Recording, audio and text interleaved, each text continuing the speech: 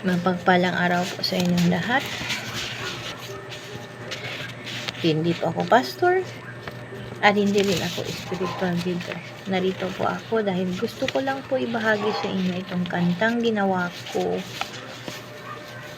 na may pamagat na lumapit ka lang sa Kanya.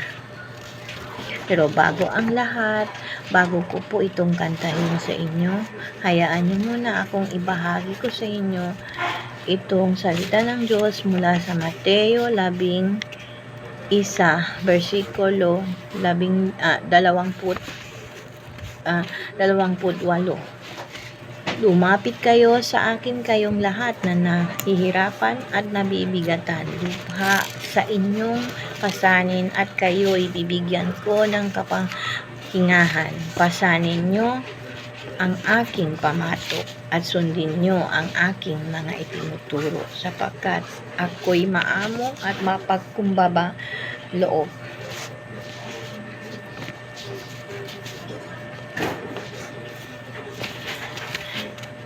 Ikaw ba'y nalulungkot, nag-iisa? Tumingala ka lang sa langit. Iyong tawagan ang Diyos, pagkat Siya lang ang iyong kanlungan at pag-asa. Kailanman hindi Kanya iiwan, ni pababayaan man. Lumapit ka lang sa Kanya, isumbong mo ang lahat, iyong mga hinanakit pagdurusa. Handa siyang makinig sa'yo. Lumapit ka lang sa Kanya upang ika'y hindi mawalan ng landas. Huwag kang mabahala, kaibigan, pagkat Siya lang ang tanging sagot sa bawat tanong mo't pagdurusa, paghihirap. Tibayan mo lang ang iyong loob at ang iyong paniniwala at pananampalataya. Magtiwala ka lang sa Kanya, hindi Kanya iiwan ni pababayaan man. Siya ang Diyos na mapagmahal at handang dumamay sa lahat ng oras. Ang tanging kailangan mo lang ay sumunod sa Kanya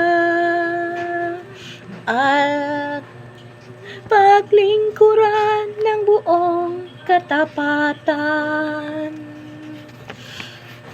Para buhay mo'y maging payapat, maayos, pagkat sino man ang sumusunod sa Kanya ay Kanyang pagpalain at protektahan.